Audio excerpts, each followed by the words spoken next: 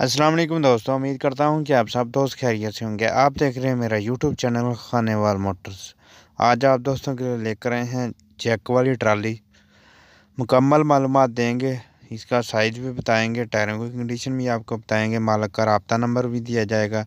तो वीडियो शुरू करने से पहले एक छोटी सी रिक्वेस्ट है, अगर आप हमारे चैनल पर नहीं हो तो हमारे चैनल को ज़रूर सब्सक्राइब करें, साथ में दिए गए बेल के आइकन को प्रेस करें ताकि हर नए आने वाले ट्रैक्टर की वीडियो आपको मिलती रहे।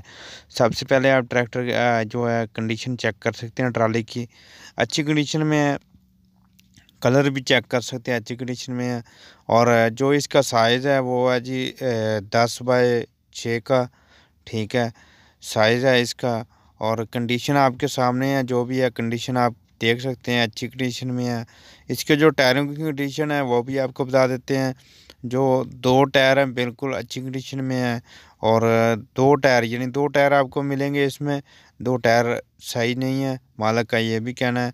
बैक साइड भी आप देख सकते हैं, कंडीशन आपके सामने है, जो भी है बिल्कुल साफ़ है, अच्छी है कंडीशन, बाकी बिल्कुल साफ़ है। बस टायर है दो, वो नहीं है।